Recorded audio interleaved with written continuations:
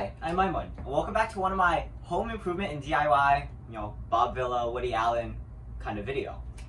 Some people might not know who that is, especially the new audience, but basically what we're dealing with is our basement here, and we're trying to fix it up. Now, keep in mind that this is the second part in a multiple part series on what we're doing to the basement. And if you're a returning viewer from the first part, you might notice behind me that something has changed. So if you don't know what's going on, you might want to go back to the first part.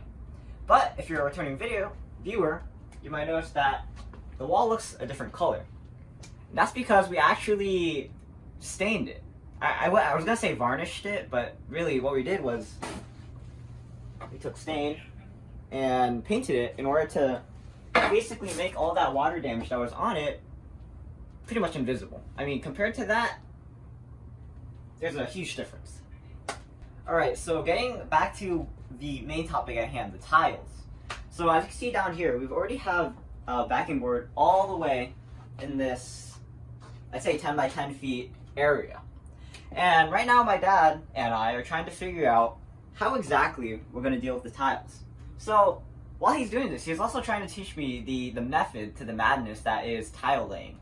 And one of the things that you need to think about is where you're going to start with tile laying. And I'm not a professional tile layer, first of all, so maybe my advice might be wrong, but this most definitely cannot be wrong. You should not start from the wall, because sometimes, if you take a look here, the gap from the wall from that tile over there, you can see that it's basically like an inch compared to, like half an inch, to the gap in the wall here, which is about a 1/4 inch, can be different. So that means that the wall isn't always straight. So what you want to do is you want to start from the center, like down here, which means that you can basically work your way inside out. And when you get to the outside edges, what you do is you trim the tile. Another reason that we also want to trim the tile is because we don't want to basically put the tile up against the wall, because what happens is that during the summer, you usually think this would happen to metal, but it also happens to tile. And heat causes the tiles to expand, and if they don't have room to expand, they pop. So we don't want that to happen, so that's why we're trying to make room to accommodate. Actually, let me clarify. The tiles don't... When we're thinking about the gap between the wall and the tiles, the main concern here is the walls expanding, because actually what's happening is that between the tiles there's something called grout, which is basically like gap filler, and that also helps to accommodate the tiles expansion. But building code actually requires that you have about a 1/4 inch of space between the wall and the tile, because the wall expands, apparently. This is just coming from an amateur, basically 15-year-old. But anyway, even though you have a 1/4 inch gap, it doesn't mean that it's gonna look ugly when you walk in and you just see a 1/4 inch gap. What you can do is you can cover up that gap with baseboard. This is an example of baseboard, a very dangerous example, as you can see with the nail sticking out. So essentially, you just put it over the gap. There are many different types of baseboards. You can also use plastic. This one just goes over like this.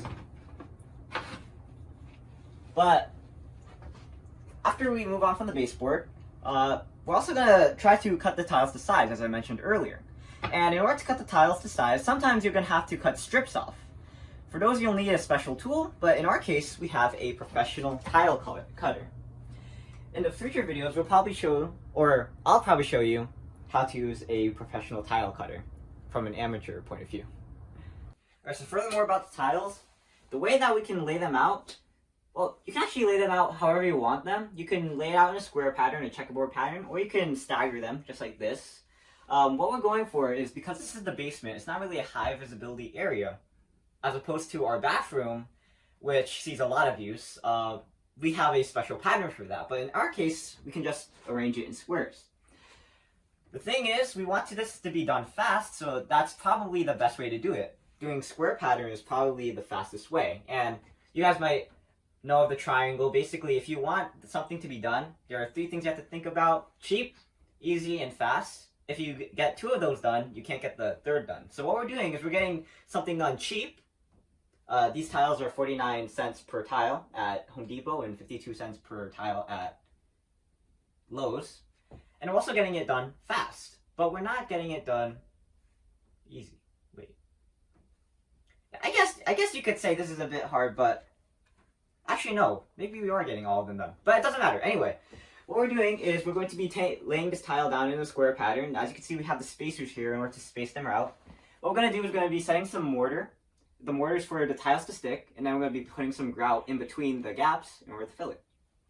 So talking about mortar and grout, before we start this, I might get the two confused when we're talking about it, but first off, mortar, I know this one, it's what makes the tile stick. It's what you set, what makes the tile set down to the floor. And grout is what you fill in between to make it look all nice and also act as basically a cushion for when it expands. So talking about the types of mortar, there are many different types. You can search it on the internet. There are things like modified polymer, epoxy, but basically the first one we're dealing with here is $8 for 50 pounds, the economical, non-modified thin set mortar. That's probably the cheapest option out there, but what we're dealing with now is probably what we're going to be using, the $14 per pound gray mortar right here. Let's see what's right. For most standard installation. Okay, anyway, I'm not going to read that.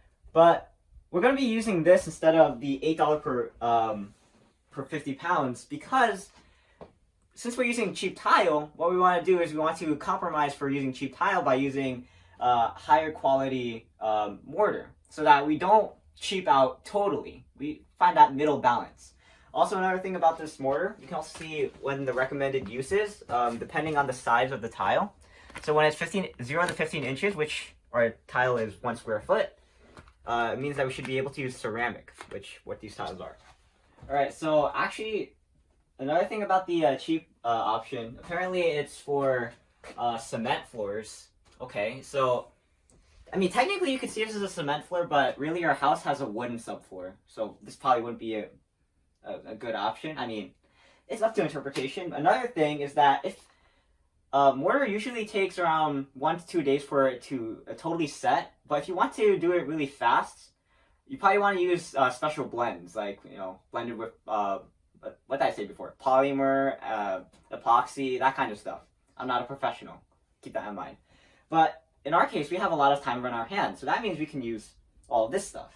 I mean, all of this stuff, because we can let it dry and come back to it later, because we're also busy.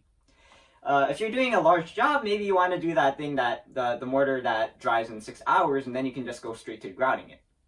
Also, this is a fun fact about this one. You can get $14 for the gray version for 50 pounds, and then $16 for the white version for the same 50 pounds. Alright, so that's pretty much it for this segment of the home improvement DIY, I guess you could call it vlog. In the future, keep a lookout for a video that I'm going to be doing on how to cut a tile. My dad's going to teach me how to mix the mortar and probably lay it down. That's going to be fun. And probably eventually we're also going to be grouting the tiles. So that should also be fun. And no, never mind. Anyway, that's it for now. I'm Ayman, and thanks for watching. Please like, comment, subscribe, look at other videos on Ayman, and keep a lookout for the home improvement and DIY videos, and I'll see you there. So that's it for now. Signing out. Peace. It's a late night.